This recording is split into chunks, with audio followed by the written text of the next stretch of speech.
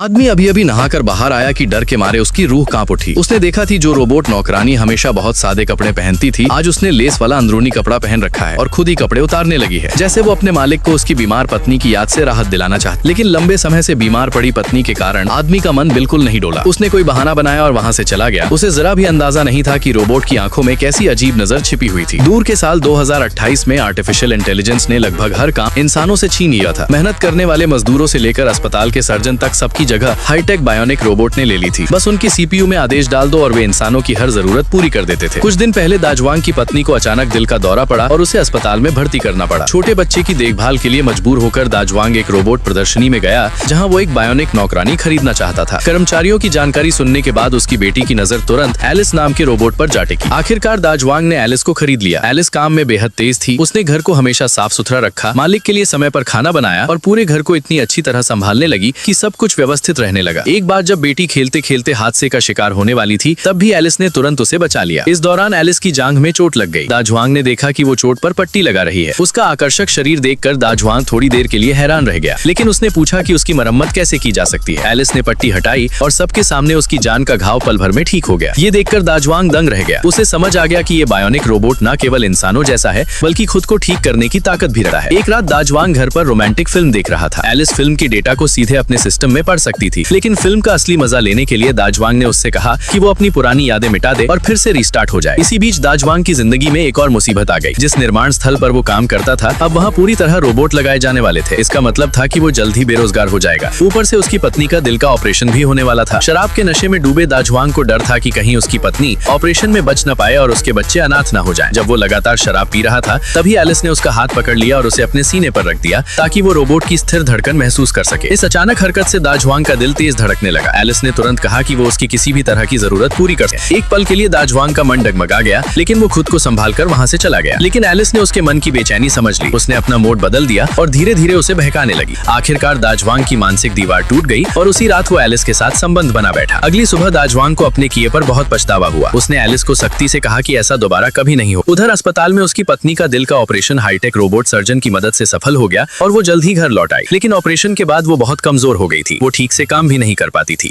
धीरे धीरे घर में हर काम एलिस ही संभालने लगी। बच्चों की देखभाल से लेकर खाना बनाने तक सब कुछ वही करने लगी। ऐसा लगने लगा जैसे घर की असली मालकिन वही हो। अपनी जगह खतरे में देखकर एलिस ने साजिश रची। उसने चुपके से सीढ़ियों की रेलिंग में छेड़छाड़ कर दी ताकि पत्नी गिर जाए। जब दाजवांग को इस बात का शक हुआ तो उसने एलिस से पूछा, लेकिन एलिस ने साफ इनकार कर दिया। उसी समय दाजवांग का पुराना साथी उससे मिलने आया। कुछ दिन पहले उन्होंने गुस्से में उन रोबोटों को तोड़ दिया था जो उनकी नौकरियां छीन रहे थे। अब कंपनी ने उन पर केस कर दिया था। उसे शक था कि दाजवांग ने ही पुलिस को जानकारी दी है।